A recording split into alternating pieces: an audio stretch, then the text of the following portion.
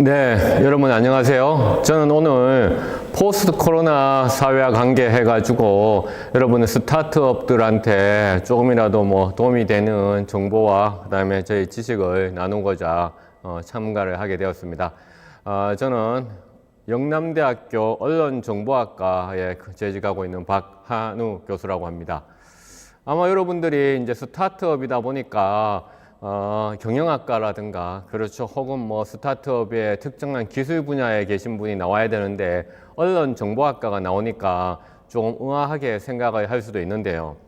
우리가 언론정보학과라고 하는 것을 우리 좁게 이제 이야기하자면 신문방송학과 이렇게 해가지고 매체, 특정한 어떤 매체들의 어떤 언론, 저널리즘 행위들을 이야기하는 것처럼 이제 우리가 인식을 하게 되는데 좀 더 이제 광범위하게 생각한다면 언론이라고 하는 것은 어떤 사람들이 하고 있는 어떤 표현, 그 다음에 사람들이 하고 있는 소통의 문제, 그 다음에 그 소통과 표현의 문제들이 다 메시지이고, 그 다음에 정보이고, 그 다음에 이 정보라고 하는 것은 사실은 이제 데이터가 해석된 것이 정보이지 않습니까?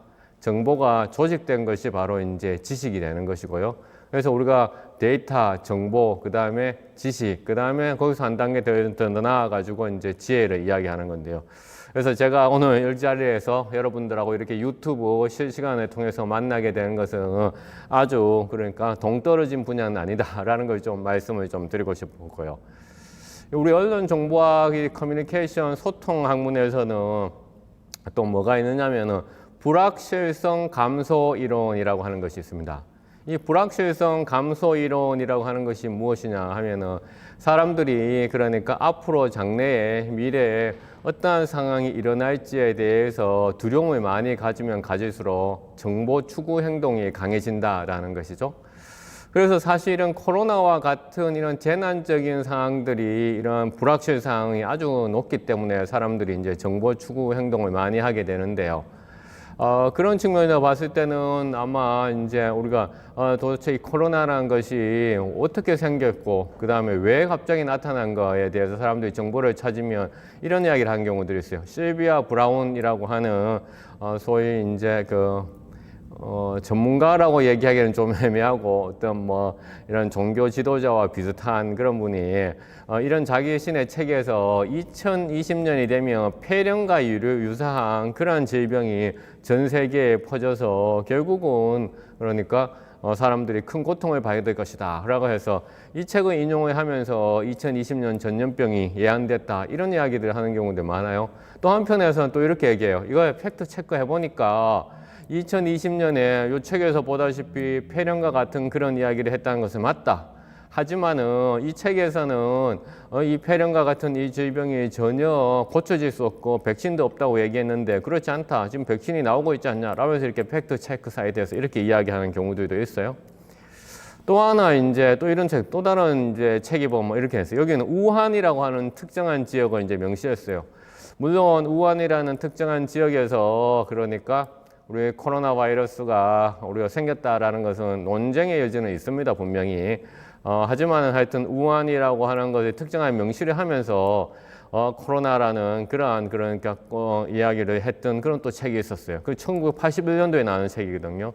또 이 책에 대해서도 사람들이 뭐라고 얘기하냐면은 팩트 체크를 해보니까 그 우한이라는 얘기 했는 것은 맞아. 그러나 또 한 측면에서는 그러니까 틀린 것도 있다. 이런 얘기 합니다.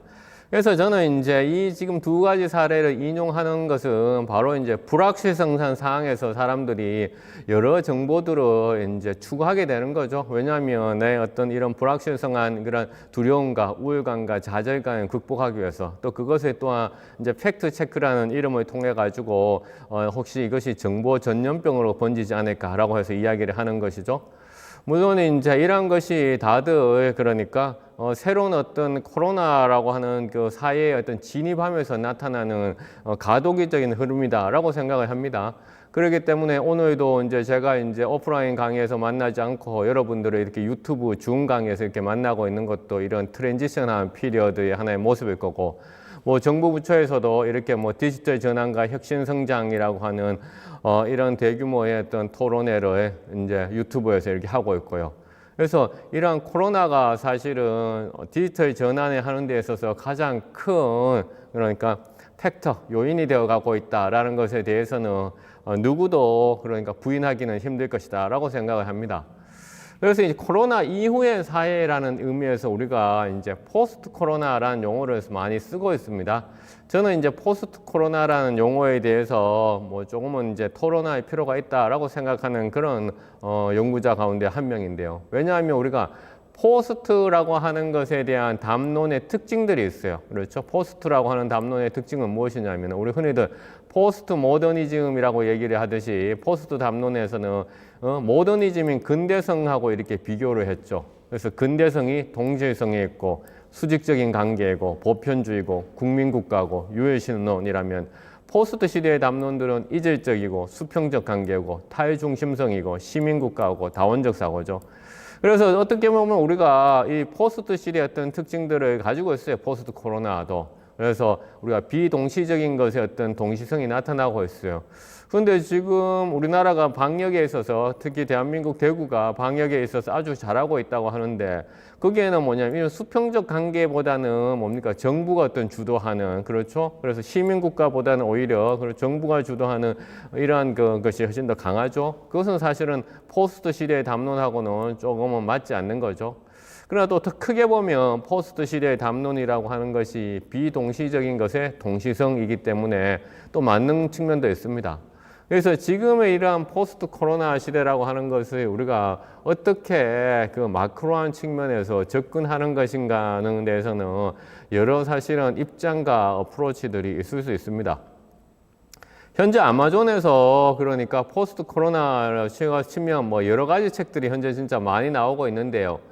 그 책들 가운데서도 제가 오늘 이제 여러분들 제목에서도 제가 이렇게 데스밸리가 올 것이냐 아니면 퀀텀 점프가 올 것이냐 이런 얘기를 했었잖아요. 데스밸리는 아마 스타트업이니까 잘 알 것일 거고 왜냐하면 기초 연구하고 그렇죠 그 응용 연구가 만나는 데에서의 밸리 그러니까 죽음의 계곡 때문에 항상 어려움을 겪고 있는 것이고 퀀텀 점프라고 하는 것은 우리가 티핑 포인트에서 갑자기 이렇게 성장할 수 있는 그러한 모멘텀이 되는 것인데요.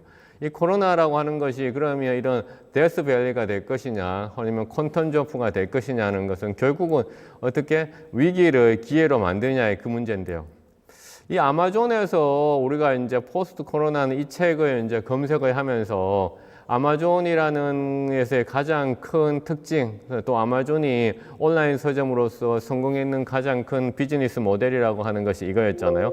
이 책을 샀는 사람들이 또 어떤 책을 샀는지를 보여주는 사이면서 이 추천 알고리즘, 이 추천 알고리즘을 알고 아마존이 선보이면서 아마존이 인력 미국에서 그렇죠 온라인 서점으로서 오프라인 서점이 가장 유명했던 그러니까 바언스 앤 노블스를 완전히 이겼지 않습니까?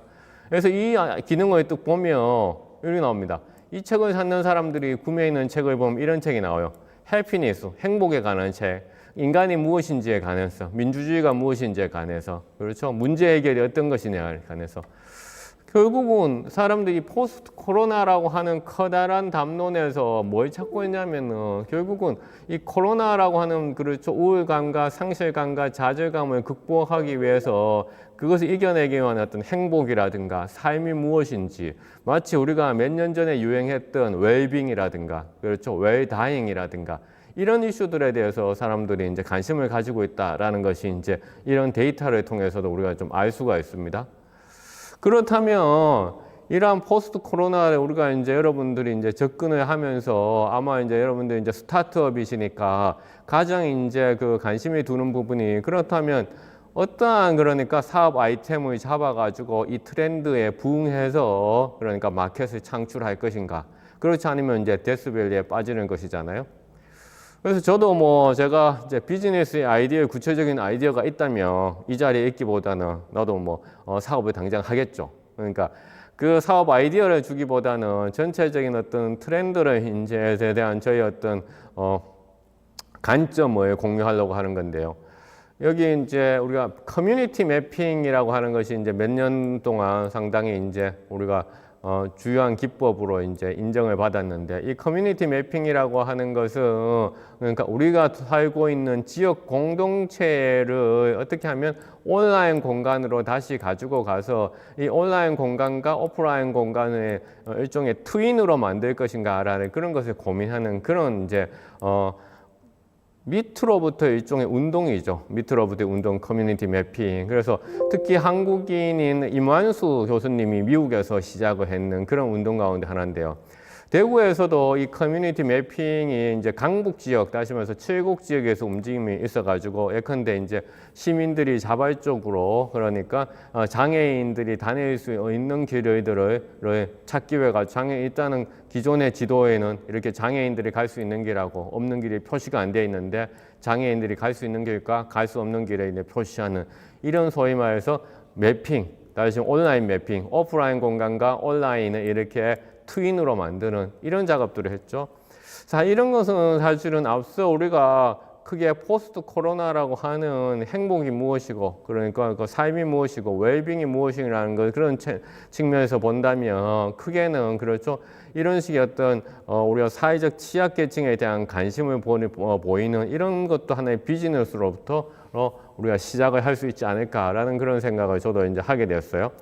그래서 지금은 이런 이제 커뮤니티 매핑이 이제 소위 리빙랩이라고 하는 이름에서 이제 시작을 하고 있거든요. 그러니까 리빙랩이라고 하는 것이 이제 애초에는 리빙랩이 MIT 대학 미디어 랩에서 시작이 돼가지고 MIT 대학 미디어 랩에서 특정한 그러니까 아파트, 특히나 우리로 따진다면 아주 유비쿼터스 아파트 혹은 스마트 아파트에 사는 주민들이 얼마만큼 해당 아파트에 대해서 만족감을 느끼고 편리함을 느끼는 그런 소위 HCI 연구, 휴먼 컴퓨터 인터액션 연구의 하나에 시작했는데, 이 리빙랩이 유럽으로 가면서 일종의 그렇죠 시민들이 기반이 되는 그러한 혁신 운동으로 바뀌었고, 이것이 이제 우리나라에도 이제 들어오면서 사회 문제 해결형 기술로서 이제 우리 리빙랩이 주목을 받고 있잖아요.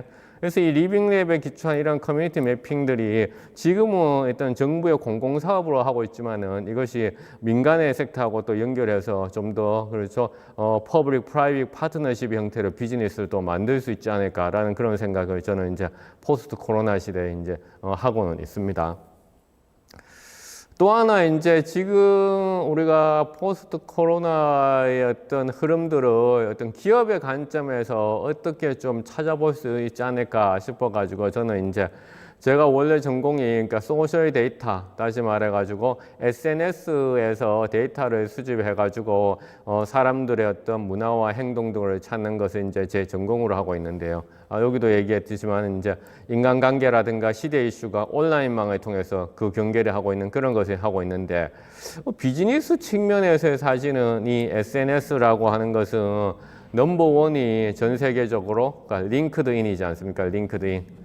그럼 이 링크드인이 왜 이제 비즈니스적으로 최고 SNS냐면 이제 사람들이 여기서 주로 뭐 하죠? 헤드헌팅들을 하잖아요.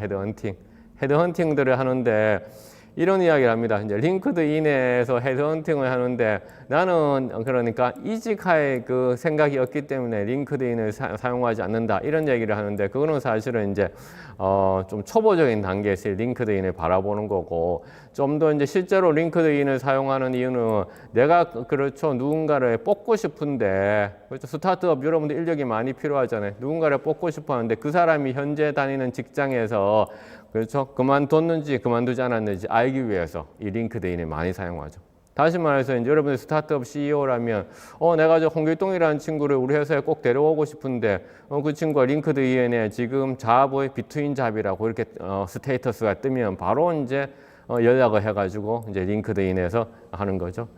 근데 이제 스페인에서 나왔는 이 연구를 보면 링크드인을 어떤 데이터로 썼느냐면은 우리 교육부에서 그러니까 졸업생들에 대해서 취업률 조사할 때 우리는 4대 보험을 통해서 해요. 대학교는 하는데 여기서 스페인에서는 링크드인 데이터를 가져와서 스페인의 어떤 유명한 회사들 그 리스트에서 스페인 대학에 있는 사람들이 얼마만큼 졸업했는지를 이제 찾는 이런 식의 어떤 데이터로 또 사용하고 있더라고요. 그래서 코로나와 관계해서 그러면 링크드인의 데이터를 어떤 거를 쓸 수 있을까 해서 봤더니만 우리 코로나 기간에 링크드인이 올라와 있는 그렇죠 회사 포스트 들을 이제 쭉 보면 이 패턴들을 보면 아주 재밌는 현상이 있는데요. 당연히 우리가 아까 2월 달에 글로벌 팬데믹이 선언이 됐지 않습니까? 이제 우리나라도 대구에서 2월 초에 이제 신천지 때문에 이제 상당히 이제 국가적 위기를 겪었고, 그래서 이제 링크드인에서도 코로나와 관계되는 포스팅이 보면 2월 이후에서 3월 초에서 이제 급증해서 이제 3월 달에 급증했잖아요. 그 다음에는 오히려 그렇죠. 코로나가 그렇게 뭡니까? 크게 숙지지는 않았지만 링크드인에서 코로나에 대한 포스팅이 쭉 떨어지고 있는 것을 볼 수 있어요. 또한 집에서 일을 하고 있는 사람들이 집에서 일을 하고 있는 포스팅을 보면 또 갑자기 증가했다가 이제 떨어지고 있죠. 왜냐하면 이런 새로운 현상이고 그러다 보니까 사람들이 집에서 일을 하는 것이 어때? 이런 얘기들을 많이 하게 된 거죠. 국가라든가 혹은 대륙별로 또 보면 그러니까 지금 아시아 퍼시픽이라고 하는 쪽에서 이제 2월 달에 훨씬 더 코로나와 관계되는 그런 포스팅들을 많이 올렸는데 시간이 지나면서 보면 3월 달이 되면 아시아 쪽은 이제 그것이 사람들이 오히려 적응해 가고 있고 다른 쪽에서 그렇죠. 유럽이라든가 라틴 아메리카라든가 북아메리카에서 다시 하고 있고요. 그 다음에 이제 또 지역별로 그다음 사람들이 또 집에서 일을 하는 것에 대한 포스팅을 보면 집에서 일을 하는 데 대한 포스팅은 아시아 퍼시픽이 3월 달에 높았고 그다음 아시아 퍼시픽은 계속 높고 있어요.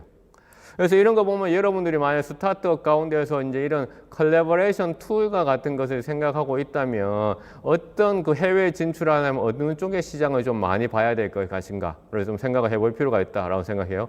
싱가포르의 경우에는 그러니까 이런 코로나 기간에 컬래버레이션 툴을 통한 이런 재택 근무가 한 600% 정도 뭐 증가했는 그런 데이터도 있고 하니까 이게 링크드인에서 전 세계에서 사람들이 코로나 기간에 어떠한 근무 패턴을 보이는지 이런 데이터를 통해 가지고 실제로 그러니까 어떤 나라에 혹은 어떤 그렇죠 지역에 우리가 진출할 수 있는지 지금 우리가 지금 강의도 유튜브로 하고 있고 저도 이제 강의는 줌이라든가 구글 미트로 하고 있는데요.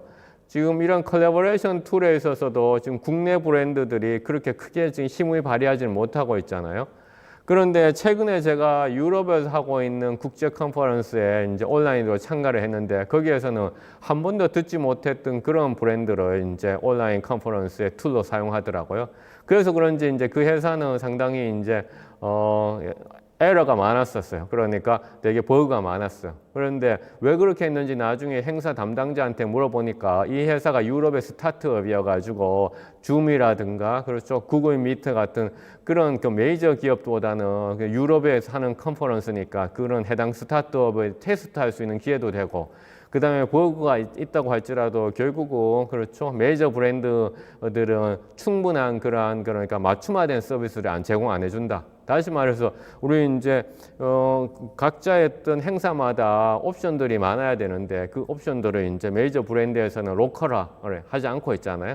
그런 측면들을 본다면 우리가 여러분들이 이제 이 스타트업을 하고 있는 측면에서도 여러분들이 어떤 대한민국의 혹은 대구의 어떤 로컬화된 그런 옵션들, 맞춤화된 서비스를 만들어 준다면 충분히 이제는 뭐 유튜브를 사용하거나 줌이라든가 구글 미트를 사용하지 않고도 이제 이런 온라인 강의를 할 수가 있는 그런 시대가 이제 될 수가 있겠죠. 그래서 저는 그러니까 이런 기획 오히려 그러니까 로컬리제이션 그러니까 좀 더 강화될 수 있는 그런 기회가 되지 않을까라고 이렇게 생각을 하거든요. 그래서 또한 여기 행사를 주최하고 있는 뭐 창조경제센터 같은 공공기관에서도 이제는 좀 더 이제 로컬화된 툴에 대한 그러한 좀 그러니까 요구를 좀 많이 이제 하게 되면 또 그런 부분이 또 이제 우리가 작동을 하지 않을까 싶기도 하고요. 또한 그 최근에 이제 그러면 데이터로서 이 코로나 세상이 어떻게 되는지를 우리가 이제 볼 수 있는 하나의 큰 그것이 바로 이 구글 모빌리티라고 하는 이 데이터의 추천인데요. 구글 모빌리티는 데이터를 어떻게 수집하고 있냐면은 여러분들이 아이폰을 가지고 있으면 안 되는데 안드로이드 폰을 가지고 있으면 거기에 이제 뭐냐면은 위치 추적 기능이라고 하는 게 있어요. 저 같은 경우는 그 위치 추적 기능을 항상 키고 다니는데요. 그 키고 다니면 그 데이터가 결국 누구한테 가냐면 여러분들이 동의를 합니다. 구글한테 가도록 다 동의를 하거든요. 그럼 구글이 그러한 그 데이터들을 모아가지고 여러분들이 이메일로 한 달에 한 번씩 여러분들이 얼마만큼 걸었고, 버스는 얼마만큼 탔고, 새로운 도시에 어디에 갔었고, 새로운 식당은 어디에 가고, 이런 정보들을 구글에서 이메일로 쫙 보내줍니다. 구글은 사실은 그러한 데이터들을 우리한테 이렇게 보여주면서 내가 셀프 트래킹 하도록 이렇게 도와주죠. 그러면서 한편에는 구글은 뭡니까? 그 데이터를 가지고 바로 이 구글 모빌리티 서비스라는 걸 만들었어요. 구글 모빌리티. 구글 모빌리티 데이터를 가지고서 이제 서비스를 만드는데, 여기는 이제 전 세계적으로 유명한 그러니까 인베스트먼트 자문회사에서 자기들의 어떤 VIP 고객들한테 텔리컨퍼런싱을 통해 가지고 구글 모빌리티를 통해서 어떻게 비즈니스가 바뀌는지를 보고 있는 건데요. 여기 보세요. 리테일하고 레크리에이션, 소매업하고 그 다음에 레크리에이션 하고 그 다음에 워크플레이스, 사람들이 직장에 있는 거, 그 다음에 트렌지. 여기 보면 한눈에 어떻게 보니까 우리가 앞서 얘기했던 링크드인의 데이터에 있는 것처럼 3월 달이 되면서 팍 떨어졌다가 다시 사람들이 올라가고 있죠. 7월 달 이후로 이렇게 올라가고 있습니다. 전 세계적으로. 그래서 이 전 세계적인 데이터를 보면 결국은 사람들이 앞서 얘기했듯이 코로나라는 새로운 상황에 계속 적응을 하면서 이렇게 가고 있다라는 것을 알 수 있는데요. 그래서 제가 이거는 뭐 전 세계 데이터니까 또 여러분들이 또 뭐 로컬한 대한민국에 또 궁금할 것 같아가지고 대한민국에 그러니까 구글 모빌리티에 가가지고 그 데이터를 다시 한번 더 구성을 해봤어요. 그래서 2020년 8월 달이에요. 서울 수도권 구글 모빌리티 데이터의 그 장점이자 단점이 일단은 대구는 안 나오고 서울하고 수도권만 지금 나오고 있거든요. 여기 보시면 소매점인 여가시설에 보면 전국은 7%가 증가했는데 서울은 3%밖에 증가를 안 했죠. 식료품집 양국은 12%가 밖에 증가를 안 했어요. 전국은 15%인데 공원은 어떻게 62% 증가했는데 26%만. 그러니까 서울이 전국보다는 덜 이제 올라오고 있었죠. 덜 올라오고 대중교통이라든가. 그런데 이건 지금 9월 달이에요. 9월 달. 9월 달에 보면 소매점은 더 떨어져 버렸어요. 더 떨어져. 왜? 이게 이제 소위 말하는 2차 유행 기간에 있어났던 일이었죠. 2차 유행 기간에 있어났던. 더 떨어져 버렸고요. 식료품 공원 같은 경우에는 공원은 훨씬 더 사람이 더 많이 갔어요. 왜 더 많이 갔을까요? 그러니까 당연히 2차 유행이니까 야외 활동을 더 많이 하게 된 거죠. 그다음에 직장, 더 적게 가게 되고. 자, 이런 우리가 유동성 데이터를 통해 가지고 그렇다면 어떠한 그 비즈니스를 어떻게 해야 될 것인지를 얻을 수 있죠. 그래서 이 구글 데이터가 상당히 있는 측면에서 좋은데 앞서 얘기했던 여기 좀 대구 쪽에서 영업을 하고 싶은 분들은 어떻게 해야 되냐? 구글 데이터가 이용 가능하지 않으니까 이거 이용하면 됩니다. 대구시에서 서비스 인구 분석 정보 시스템이라고 하는 것을 운영하고 있는데요. 이 서비스 인구 분석 정보 시스템은 그러니까 통신사 데이터를 가지고서 그 단계에서 유동 인구를 추정을 하고 있거든요. 그래서 사실 이런 시스템이 있는지조차를 사실은 모르고 있더라고요. 대구시 공무원들도 사실은 모르고 있어요. 그래서 이 데이터를 이용하면 유동 인구 흐름을 이제 알 수가 있는데 여기가 그 대구에 그러니까 중구 소위 말해서 동성로 성내동이라든가 삼덕동이라든가 소위 다운타운 지역인데요. 2019년 9월 달하고 2020년 9월 달 두 개를 이제 비교해 봤어요. 왜냐하면 9월이 우리가 2차 유행이 했는 건데 한눈에 보세요. 우리가 알 수가 있어요. 어떻게 알 수 있냐? 이 히트맵인데 빨간색이 어떻게 합니까? 2020년 9월 달이 훨씬 더 빨간색이 적죠. 인구수가 적게 나타난 거죠. 그만큼 이제 사람들이 이제 떨어진 거네. 그럼에도 불구하고 여전히 그렇죠. 요 지역들은 보세요. 요 지역 빨간색 지역들은 유지하고 있어요. 유지하고 있죠. 그 다음에 연령별로도 이 데이터가 또 다 나옵니다.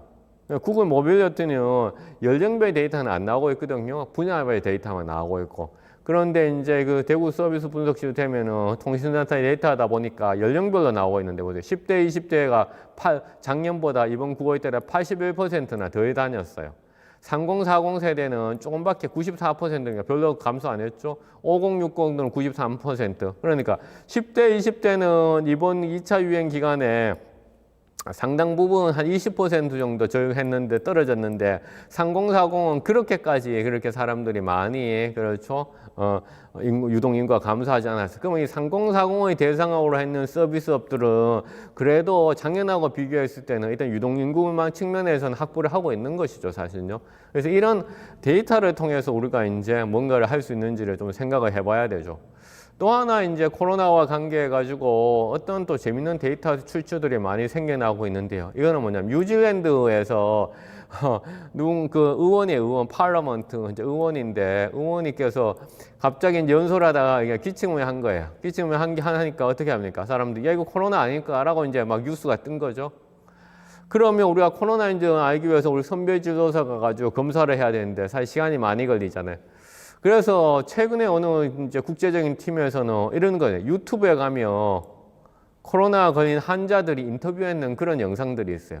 그러면서 인터뷰하면서 뭡니까? 당연히 지금 환자니까 기침하잖아요. 그 기침 데이터들을, 소리 음성 데이터들을 갖고 와가지고, 그러니까 어떻게 새로운 앱을 만든 거죠. 그래서 우리가 음주운전 체크할 때, 그러니까 휴대폰에 음주운전 체크 앱을 만든 것처럼 기침 소리만으로도 코로나를 판단할 수 있는 이런 앱을 만든 거죠. 그 다음에 그 데이터는 소위 말해서 이제 우리가 기계학습이라고 하는 것을 하는데, 하기 위해 가지고 유튜브에서 환자들이 있는 이런 데이터들 다 수집해가지고 와서 하는 거죠. 이런 데이터 출처. 이런 데이터를 출처 가지고 또 우리가 새로운 어떤 사업의 어떤 아이템들을 만들 수 있죠. 데이터 기반의 어떤 그런 스타트업을 할 수 있다라는 거죠. 그러나 결국에는 저는 이제 이 지금 포스트 코로나라고 하는 사회가 사람들이 결국은 그러니까 정적으로 만드는 거잖아요. 집안에 가만히 이제 있게 만드는데요. 이 집안에 가만히 있게 만든다는 것은 결국은 사람들이 그러니까 우리가 이제 또 뭐 최근에 1, 2년 전에 유행했던 콘시아지 이코노미라고 하는 거 들어보셨을 거예요. 호텔에서 우리가 벨보이가 모든 것을 다 알아서 해주는 것처럼 그건 콘시아지 이코노미. 예컨대 이런 거죠. 렌트카를 빌리는데 렌트카 빌리는 장소까지도 가기 싫으니까 어떻게 합니까? 렌트카 회사에서 우리 집까지 다시 그것을 갖다 주는 그런 스타트업이 미국에서 나오기도 했었고, 그렇죠? 그럼 지금 이와 같은 정적인 사람들은 다 이런 거예요. 그러니까 모든 것을 다 내가 맡길 수 있는 그런 서비스를 찾는 거예요. 이것은 최근에 제가 그러니까 윈도우에서 다시 업데이트하는 이 화면이 나오는 거야. 모든 것을 마이크로소프트에 맡기기. 그러니까 이런 게 사실은 이제 콘시아지 이런 것을 사람들이 원하는 거죠.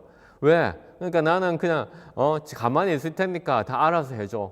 이런 트렌드를 이제 알고서 모든 것을 마이크로소프트에 맡기라고 이렇게 이제 화면까지 나오는 거죠. 그런 것은 쉽게 말해서 이 과거에서의 어떤 흐름들이 코로나에 인해서 단절되는 것이 아니라 가속화된다고 보는 거예요, 저는요. 왜? 과거에 우리가 지금 디지털 시대에 어려웠던 게 뭐냐면 이거예요. 망각하는 것이 기억하는 것보다 더 어려운 거야. 왜?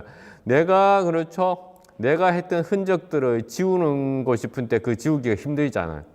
그래서 우리가 예컨대 뭐 디지털 장내 서비스 혹은 검색 엔진에서 내 걸 지워줘라 해서 잊혀질 권리를 또 주장하고, 잊혀질 권리를 주장하니까 그것을 법률화 해가지고 그것을 대행해주는 서비스들이 생기는 거죠. 그래서 이런 디지털 족적을 오히려 기억하는 것보다는 망각하는 그런 회사들이 나오고 있잖아요. 그런 회사들이 소위 말하는 플랫폼 회사들하고 같이 결부를 하면서 우리는 새로운 비즈니스를 또 만들고 있는데, 그 비즈니스를 영어로 이렇게 얘기합니다.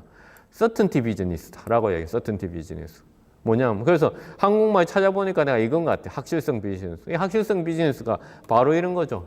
그러니까 이러한 사람들이 불확실한 상황에서 그냥 그래서 모든 것을 맡겨도 다 처리해 줄 수 있는 이런 서튼티 비즈니스가 오히려 활성화된다는 거예요. 왜? 사람들이 어떻게 돼요? 지금 정적으로 다 뭡니까? 코로나 보유를 겪고 있고 사람들이 그렇죠. 그러니까 오히려 이런 서튼티 비즈니스가 플랫폼 기업과 함께 가속화되는 것이죠.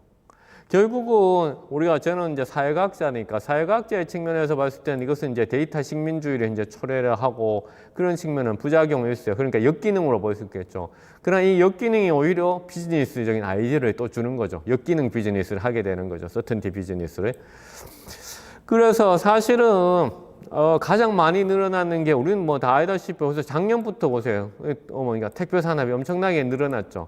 특히 이 쿠팡이라는 회사를 보면 이 쿠팡이라는 회사는 그냥 우리가 물건을 옮겨주는 그 회사가 아니에요. 쿠팡이라는 회사를 제가 집중적으로 한번 인터뷰를 해보니까 이 회사는 우리가 검색 엔진이 엄청나게 속도를 빠르게 해서 여러분들이 찾고 있는 정보를 찾아줘야 되잖아요.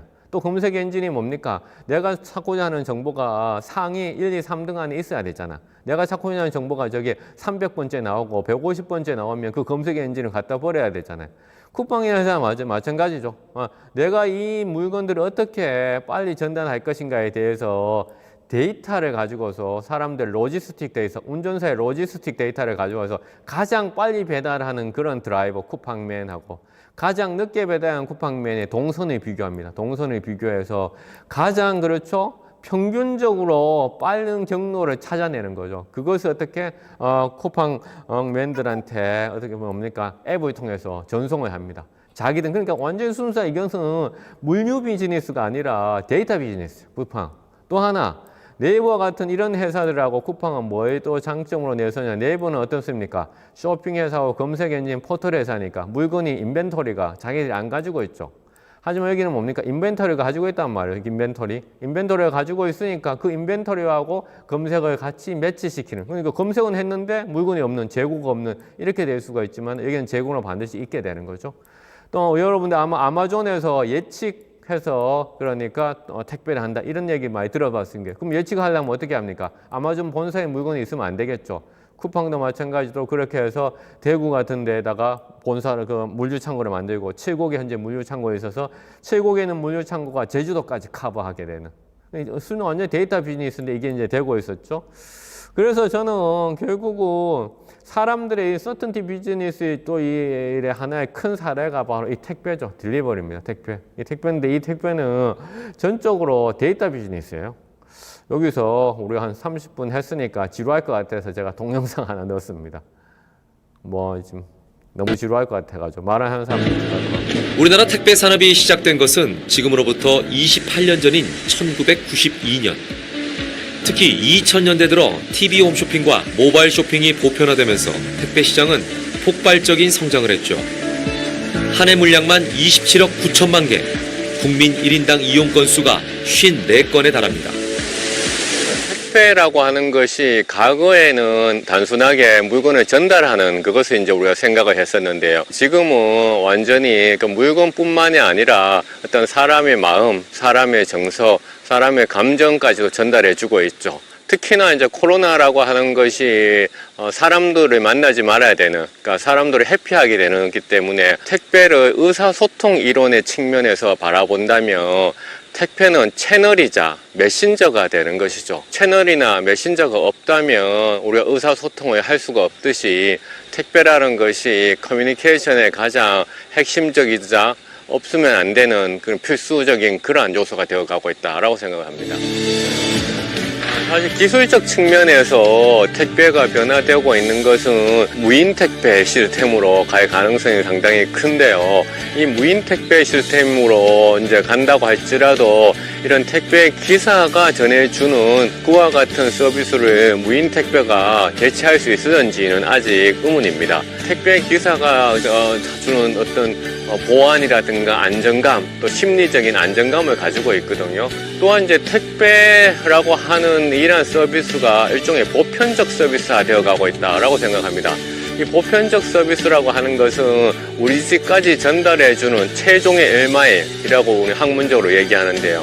라스트 1마일이라고 얘기하는데 최종의 1마일 서비스를 누가 담당하고 있는가? 공공이 담당할 수 없는 택배의 영역들을 이제는 기업 측면에서 택배가 담당하면서 이런 보편적 서비스, 최종 1마일의 서비스를 해주고 있다라고 생각합니다. 뭐 쉬는 타임에서 제가 하나 넣었습니다. 졸릴 것 같아가지고.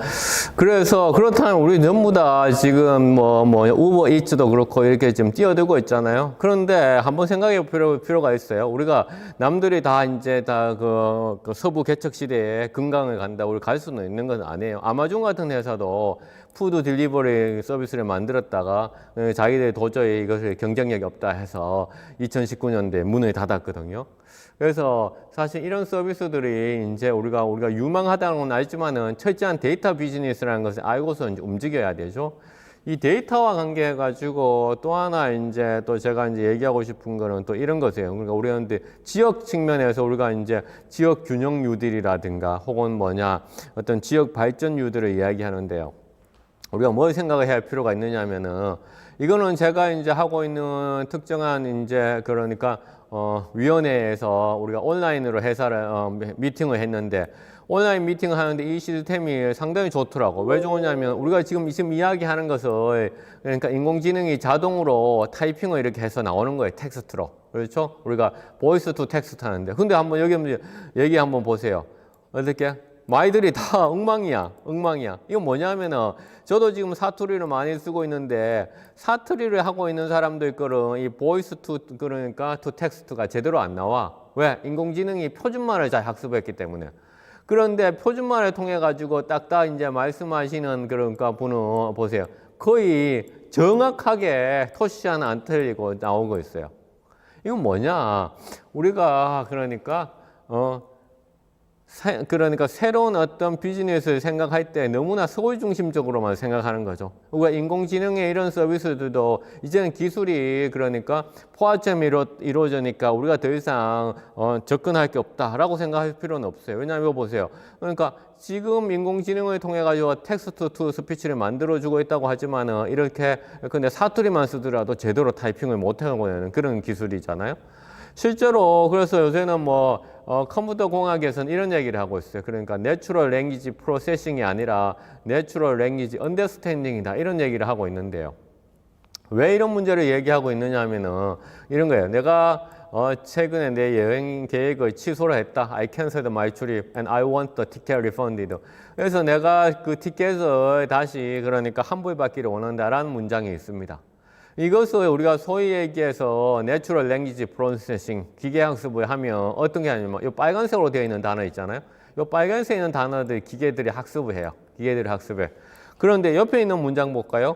You have canceled my trip. 그러니까 내 여행을 취소한 게 내가 아니야.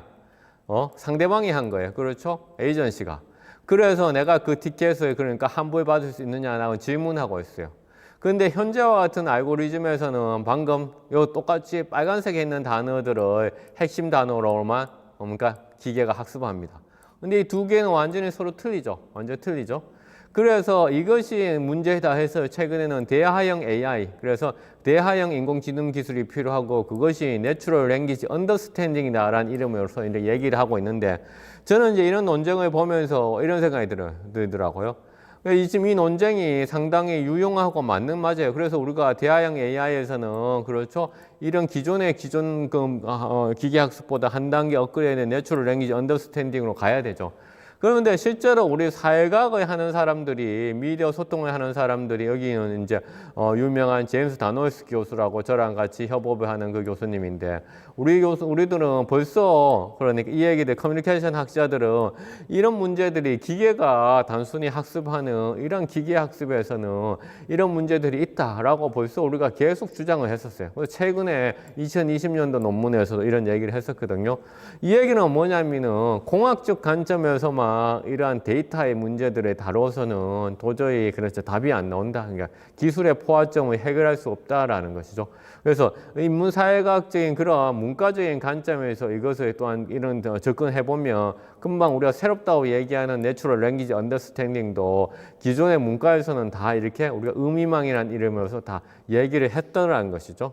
그래서 최근에도 뭐 이런 얘기하고 있습니다. 우리가 지금 국가적으로 뭐 근데 디지털 뉴딜 사업의 일환으로서 데이터 레이블링을 하고 있는데 이러한 데이터 레이블링들도 이제는 그렇죠. 학습할 필요가 없이 되는 그런 시대가 되고 있다고 하죠.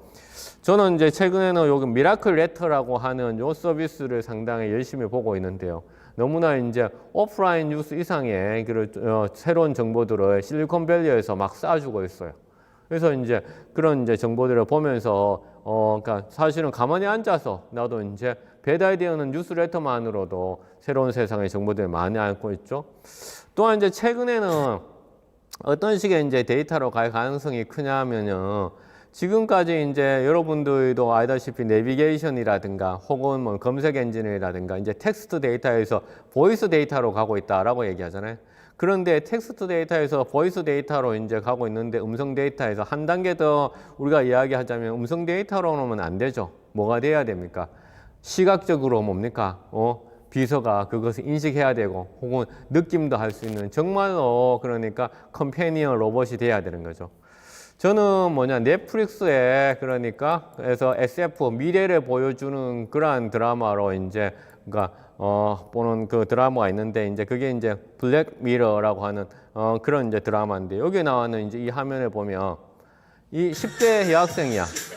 그런데 이 앞에서 춤을 추고 있죠. 그러면서 서로 대화를 하고 있어요. 대하고 이 인형이 그냥 인형이 아니에요. 어떤 인형이냐면 이 10대가 좋아하는 아이돌이에요. 아이돌. 그 아이돌의 브레인이 이 안에 들어 있습니다. 이 아이돌의 브레인이 이 안에 들어 있어서 이 아이돌이 그러니까 자기의 춤을 따라하는 10대 여학생한테 이 춤은 어떻게 되는지 친구처럼 해주는 거예요. 친구처럼. 정말 컴패니언 로봇이 된 거죠. 그렇다면 이 로봇은 그냥 음성만을 처리해서는 안 되죠. 시각적인 정보도 처리해야 되죠. 그 다음에 이 안에 대화형 AI가 들어가 있어야 되잖아. 이것이 결국은 이런 데이터를 처리할 수 있는 능력으로 가야 된다라고 제가 이제 계속 이야기를 했었는데, 최근에 미국에서 embodied.com이라는 회사에서 이와 유사한 그러니까 컴패니언 로봇을 만들어서 판매를 시작했어요. 사실은요. 가격이 우리 돈으로 하면 한 200만 원인가 300만 원대예요. 그래서 정말 이제는 보이스 데이터에서 방금 얘기했던 어떤 시각적인 그런 데이터로 이제 이 넷플릭스에서 얘기했던 이 드라마에서 얘기했던 이것이 현실화되고 있는 것이죠. 그렇게 된다면 다 어떤 거 사겠어요? BTS 그렇죠? 컴패니언 로봇을 살 것이고 자기가 좋아하는 그런 컴패니언 로봇을 살 것이고 그렇죠? 그런 데에서 새롭게 이제 우리가 생각을 좀 해볼 필요가 있죠. 또 하나 이런 것을 생각을 하면 결국은 우리가 문과적인 관점을 제가 이제 계속 이제 중요하다라고 얘기하는데, 그것이 뭐냐라면 이 친구는 핀터레스트라고 하는 SNS 서비스의 이제 총 책임자였는데, 이 친구가 인터뷰하는 데에서 이런 얘기합니다. 이런 얘기 무슨 얘기를 하고 있냐면은, 야, 이런 소셜 미디어 회사들에서 어떻게 이용자들을 그러니까 많이 증가시키느냐. 왜냐하면 소셜 미디어는 이용자를 증가시키는 가장 큰 목적이잖아요. 어떻게 증가하느냐. 예컨대 이용자들이 최근에 접속하지 않으면 그 접속을 할 수 있도록 그 사람들한테 그렇죠. 일부러 태깅을 하고, 그 다음에 당신을 태깅했는 사람이 있다라고 해서 노티피케이션을 하고. 근데 그런 기술들을 어디에서 배웠을까 하면 이 사람들이 우리가 97년도에 그러니까 넷플릭스가 만들어지고 98년도에 검색 엔진이 만들어지고 그럴 때 이제 실리콘밸리에 자리 잡은 그 회사의 사람들은 이런 것들을 잘 몰랐는데 이 사람 BJ 포그라고 하는 이 스탠포드 대학 교수가 이제 실리콘밸리에서의 스탠포드 대학은 거의 그 브레인의 역할이잖아요. 이 사람이 1990년대 후반에서 스탠포드 대학의 어떤 공과생들한테 이런 얘기를 했습니다. 야, 너희들이 앞으로 나가가지고 그러니까 창업을 할 때 엄청나게 똑똑한 공대생, 스탠포드 공대생들은 알고 있다. 그런데 너희들 그냥 나가면 그러니까 단순한 프로그래머밖에 안 된다. 기술 개발자밖에 안 된다. 사람을 이해하지 않으면 너희들이 새로운 서비스를 못 만든다. 그 사람을 이해하기 위해서는 소위 테크놀로지도 설득을 할 수 있도록 해야 된다. 이런 이야기를 했어요. 그런 이야기를 들은 친구들이 이제 핀터레스트에 이런 사람들처럼 됐는데, 그럼 BJ 포그라고 하는 교수가 뭐 얘기했냐면, 야, 컴퓨터를 그냥 단순하게 컴퓨터로만 바라보는 것은 그냥 도구로서만 바라보는 것이다. 다시 말해서 우리가 도구로서 컴퓨터란 말 자체가 계산기잖아요. 그래서 도구로만 바라보는 것은 그냥 단순하게 이제 우리가 엔지니어링 관점인데, 거기에다가 조금 더 문과적인 관점을 해서 그게 도구로서지만은 사람들한테 좀 더 잘 태도와 행동을 변화시키도록 하려면 이와 같은 전략들이 필요하다라고 이제 이야기를 했는데요. 이 전략들 하나하나를 제가 오늘 소개하려는 것은 아니고, 예컨대 터널링 전략 이런 건 어떻게 우리가 여러분들이 프로그래밍 한다든가 할 때 적용할 수 있느냐. 예전에 소프트웨어 설치할 때 뭡니까? 소프트웨어 설치 버튼 누르면 이게 소프트웨어가 언제 끝나는지 몰랐어요. 그런데 어느 순간부터 소프트웨어 설치하면 뭡니까? 뭐가 나타났습니까? 프로그레스 바가 나타났어요. 10% 됐습니다. 20% 됐습니다. 이제 3분이면 소프트웨어 설치가 완료됩니다. 이게 뭡니까? 바로 이 터널링 전략인 거죠. 우리가 터널에 들어갔을 때 깜깜한 터널에 들어갔는데 언제 이 터널에서 빠져나올지를 모르면 불안하고 우울하고 답답하죠. 그 전략을 바로 이러한 프로그래밍에다 넣는 거예요. 컴퓨터 테크놀로지에다가. 그럼 어떻게 사람들이 이 소프트웨어 설치가 언제 끝날지 알게 되는 거죠. 그렇죠? 맞춤화된 서비스. 우리가 포털에 접속해서 여러분들이 로그인 되어 있으면 여러분들의 화면으로 다 만들어져 있잖아요. 그렇죠? 이런 것이 도구로서 사용하지만은 사람들의 태도와 행동을 변화시키면서 자기들의 뭡니까? 이용자들이 느리는 거죠. 마찬가지로 뭡니까? 매체로서 어떤 컴퓨터 기능한다는 거죠. 예컨대 사람들이 이 매체로서 뭡니까? 동기를 부여할 수 있는 대리 경험을 제공하고 행동을 리허설할 수 있도록 해주는 것이죠.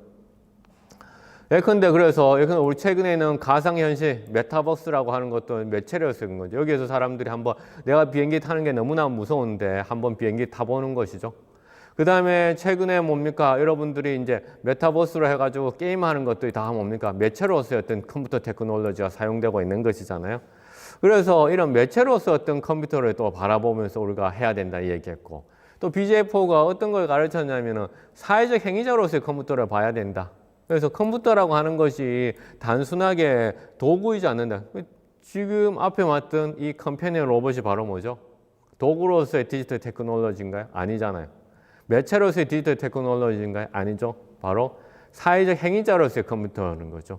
사회적 행위자로서, 그러니까 친구로서 잘하면 긍정적인 피드백을 제공하거나 목표 행동이나 태도의 본보기를 보여주거나, 왜 실제로 우리는 컴퓨터라고 하는 디지털 테크놀로지라고 하는 것들이 그러니까 사람이 아니라는 거 알고 있어요. 그런데 우리 표현이 정말 이런 표현을 쓰잖아요. 내 컴퓨터가 지금 죽었어. 그렇죠? 다시 깨어났어. 이런 표현을 쓴다면 이런 것을 BJ4 교수가 사실은 이제 90년대 후반부터 가르쳤어요. 이 강의를 들으는 친구들이 이제 실리콘밸리에 가가지고 우리들한테 우리가 소셜 미디어를 사용 안 하면 우리들한테 뭡니까? 계속 노티피케이션 오죠. 누군가 나의 태그했는지 알려주는 거죠. 내가 다시 빠져들도록 태도와 행동을 변화시키는 거죠. 이런 새로운 사고들을 그러니까 신겨준 거죠. 그래서 저도 이제 제가 이런 분야를 이제 전공하다 보니까 저한테 이런 질문을 가끔 하는 사람들이 있어요. 그러면 앞으로는 어떤 기술이 성공할 것이고 어떤 데이터 비즈니스가 성공할 것이고 어디에 투자해야 되냐라고 묻습니다. 그래서 제가 이렇게 얘기합니다. 아니 어디에 투자해야 될지는 가장 그 좋은 대답은 바로 현재 컨템포러리 현 시대를 살고 있는 사람들이 어떠한 기술과 함께 태어나서 그렇죠 성장하고 자라는지를 봐야 된다라고 얘기합니다. 이제 저는 이제 1971년생이에요. 1971년생에서 저는 그런지 제가 가장 익숙하고 그 다음에 그러니까 잘 내한테 맞는 기술은 뭐냐면 구글이에요. 구글은 1998년도에 나왔고 구글을 만든 사람들이 세르게이 브린하고 레리 페이지라고 하는 스탠포드 공과생인데 이 친구들이 1973년생이야. 앨런 머스크가 1971년생이에요. 그렇죠? 그 다음에 뭡니까? 잭 도러시라든가 트위터 했는 친구들이 1970년대생들이에요. 그래서 이 구글 가이드라고 나는 이제 내가 명칭을 하는데 이 친구들이 만드는 거는 내가 대부분 얘 왜 만들었고 그 다음에 이 친구들이 어떤 생각을 가지고 있는지 이해하겠어요. 그런데 보세요. 우리가 이제 회사 사장님들 이제 보면 이제 1955년생들, 그러니까 빌 게이츠 세대죠. 혹은 그러니까 아마존에 만든 제프 베조스 1960년대생이에요. 아까 링크드인이 뭡니까? 리드 해스팅스 1960년대. 그러니까 이거는 구글 앞선 세대들이에요. 그럼 뭡니까? 페이스북을 만든 마크 주커버그는 1984년생이에요. 그렇죠? 인스타그램의 케빈 스트롬도 1980년대생이에요. 그렇다면 뭐냐? 우리가 이 CEO가 어떠한 그렇죠 기술적인 세대 문화를 가지고 있느냐에 따라서 해당 기술도 완전히 달라지는 거죠. 그럼 앞으로 어떤 서비스가 더 우세할 것이냐? 당연히 2000년대생들이 만든 서비스가 우세할 거죠. 왜? 지금 우리 블록체인을 얘기하고 있어요. 그 블록체인. 이 블록체인이 사실은 뭡니까? 비트코인이죠. 그럼 비트코인 말고 가장 블록체인 게 2등의 블록체인 암호화폐가 가상화폐가 뭡니까? 이더리움이에요. 이더리움. 이 이더리움을 누가 만들었냐? 비타민 부테릭이 만들었어. 이 친구 몇 년생이냐면 94년생이에요. 94년생. 그러니까 94년생에 만들었는가 뭡니까? 이 전 세계 대학생들이 20대들이 다 열광을 하고 그러면 이제 94년생에 만든 서비스까지 지금 이제 열풍이 왔어요. 그 다음 당연히 2000년대생에 만든 뭔가의 제품 열풍이 오죠.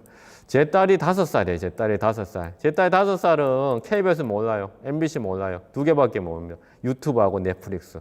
유튜브 리모컨 어디 있어? 넷플릭스 리모컨 어디 있어요? 그러니까 그러면 우리 딸은 2016년생이야. 2016년대생이 성장하고 자라서 하는 그러한 기술적 서비스의 트렌드에 맞춰야 되겠죠. 우리가 크라우스 슈바브 얘기합니다. 4차 산업혁명을 만든 사람이에요. 그 용어를 만든 사람이에요. 근데 크라우스 슈바브에 쓰는 책을 보면 그 책에 디테일이 없어요. 디테일이 없고 사실은 커다란 그렇죠 제목만 있어. 왜 그럴까요? 크라우스 슈바브는 그 디테일을 알 수 있는 기술적 문화를 알지 못합니다. 왜? 1938년생이세요.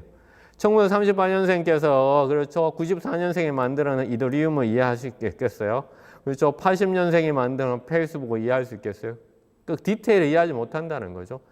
그 얘기는 다시 말해가지고 우리가 이런 얘기 계속 많이 했었어요. 파괴적 혁신이라는 얘기 이렇게 많이 했었는데 이 파괴적 혁신이라는 것도 CEO가 자기가 가지고 있는 그 세대 문화에서 벗어나지 못하는 거예요, 사실은. 그래서 여러분들이 스타트업의 CEO라면 파괴적 혁신하려면 여러분들이 자신이 가지고 있는 그 세대 문화를 벗어나야 돼, 벗어나. 그렇지 않으면 소위 그렇죠. 크리스 텐슨이 얘기한 이 파괴적 혁신은 만들 수 없죠. 만들 수 없는 거예요, 사실은. 최근에 이제 파괴적 혁신으로 사례받는 것이 이제 미라클 레터를 보면 이제 우리가 줌 왜 사용하기 좋습니까? 라고 우리 같은 동료 교수들한테 물어보면 무슨 얘기 하냐면 줌에 가면 이 방 쪼개기 기능이 있다고 얘기해요. 방 쪼개기. 이 방 쪼개기 기능이 왜 좋아요? 하면 우리가 학생들한테 그룹까지 시키듯이 조별 토론을 시킨다 그래요. 근데 난 이 줌 가지고 내가 강의를 하고 있지만은 난 줌에 대해서 마음에 안 들어. 왜? 학생들이 내 강의에 만족 안 되면 수업 시간에 어떻게 졸거나 아니면 스마트폰 만지거나 딴 데 보거나 그렇잖아요. 그럼 학생들이 자신의 그러니까 반응을 표현할 수 있는 것은 줌에서는 뭡니까? 없어. 그냥 손들기 기능밖에 없어. 손들기 기능. 그렇죠? 그런데 뭡니까? 그래서 난 줌이 파괴적 혁신을 정말 방 쪼개기만으로 했을까 하는 생각이 들어요. 그런데 보세요. 이거는 미국의 스타트업인데 그러니까 강의 듣다가 강의 마음에 안 들으면 이 토마토 던지는 거야. 토마토 던져. 줌보다 훨씬 더 오디언스의 반응 알 수 있죠. 내가 여러분들한테 지금 유튜브로 강의하고 있는데 여러분들 유튜브 강의에서 마음에 안 들면 그렇죠. 여러 반응은 실제로 보일 건데 내가 그 반응을 알 수가 없잖아요. 그렇죠? 그러면 그러니까 줌도 이제는 그렇죠. 스타트업이 아니라 이제는 기성의 회사로 접어들고 있으니까 파괴 혁신하기 힘들죠. 그보다 더 나은 스타트업은 정말 더욱더 파괴 혁신하기 위해서 토마토 던지는 이런 기능을 온라인 강의에다 집어넣는 거죠. 이런 파괴적 혁신을 이제 할 수 있어야 되는 것이 이제 우리가 이제 필요하다라고 생각을 합니다. 사실은 이제 그러기 위해서는 이제 우리가 여러 가지 어떤 그러니까 필요해요. 정책적으로 우리가 이제 많이 얘기하는 게 이제 샌드박스라고 하는 거 얘기하고 저도 뭐 이런 그 칼럼에서 그러니까 블록체인에 대해서 제가 이제 상당 부분 이제 옹호론자였기 때문에 샌드박스가 필요하다 이런 얘기 하는데 이 샌드박스 하는 게 요새 뭐 텔레비전 드라마에서도 이제 스타트업 드라마에서 샌드박스가 나오던데 결국 놀이터에서 애들이 넘어질까 싶어서 만들어 놓는 거잖아요. 그런데 우리는 놀이터에서 애가 넘어져야지 샌드박스가 필요한 거잖아요. 그렇지 않습니까? 그럼 샌드박스가 필요하려면 놀이터 넘어질 수 있도록 먼저 잘 놀아야 돼. 잘 노는다는 것은 곧 뭐냐면 기업가 정신이거든요. 그러면 우리는 그러니까 샌드박스가 먼저인지 잘 노는 기업가 정신이 먼저인지 또 뭐가 선후관계인지 생각을 해볼 필요가 있는 거죠. 그래서 즐거움의 경쟁력이라고 하는 책이 있는데 제가 이 책에 추천서를 써서 제가 이 책을 가져왔는데 좀 잘 노는 게 더 우선이다라고 생각해요. 샌드박스가 우선인 게 아니라 그냥 잘 놀고 나서 넘어지면 샌드박스가 필요한 것이죠. 그러니까 여러분들도 잘 놀아서 파괴적 혁신을 좀 하기를 원해요. 오늘 뭐 시간이 혹시나 좀 부족하면 제가 얘기하려고 한 두 가지 사례가 에어프라이어하고 그 다음에 쿠라나 사례가 있었는데 이거는 뭐 시간이 좀 충분한 관계로 안 하고 넘어가야 될 것 같습니다. 그래서 저는 이제 뭐 시간이 거의 다 돼서 마무리로 이제 얘기하자면 여러분이 스타트업이니까 스타트업에서 이 브랜드 효과를 이제 생각하기보다는 스타트업이니까 정말로 그렇죠. 복면 저 가수처럼 계급장 떼고 붙어보자는 그런 그 정신으로서 우리가 좀 이렇게 비즈니스 해야지 이 포스트 코로나가 정말 위기가 기회가 되고 그렇죠. 데스밸리가 안 되고 퀀텀 저프가 되고 그런 게 됐고 이러기 위해 가지고는 결국은 데이터에 근거해야 되고 그 데이터는 곳곳에 사실은 우리가 많이 있습니다. 사실은 앞서 얘기했던 그런 유동인구 데이터, 그 다음에 아마존에 그렇죠. 이 책을 사는 사람들이 어떤 다른 책을 보고 있는 데이터, 구글 모빌리티 같은 데이터, 유튜브에서 기침하는 소리만으로도 사람들이 알 수 있고, 링크드인에서 올리는 사람들의 포스팅이라든가 이런 여러 가지 데이터를 가지고서 이제 해야 되는 거죠. 그 다음 앞서 얘기했듯이만 이제 새로운 어떤 택배라고 하는 것들도 결국 데이터 비즈니스였었고. 그 다음에 이제 우리가 얘기했던 그 음성 검색이라고 하는 보이스 데이터도 이제는 이제 결국은 시각 데이터로 이제 다 넘어가게 되고, 그렇죠. 그러나 그렇다고 해서 음성 데이터가 우리가 그 꼭 지점에 있는 것만은 아니다. 예컨대 사투리 같은 거는 아직 AI가 처리를 못하고 있다라는 걸. 그래서 제가 좀 광범위하게 이런 이슈들을 좀 이제 건드렸는데 여러분들이 오늘 강의에서 뭐 조금이라도 비즈니스를 하는데 도움이 되었으면 좋을 것 같습니다. 이상 마치겠습니다. 감사합니다.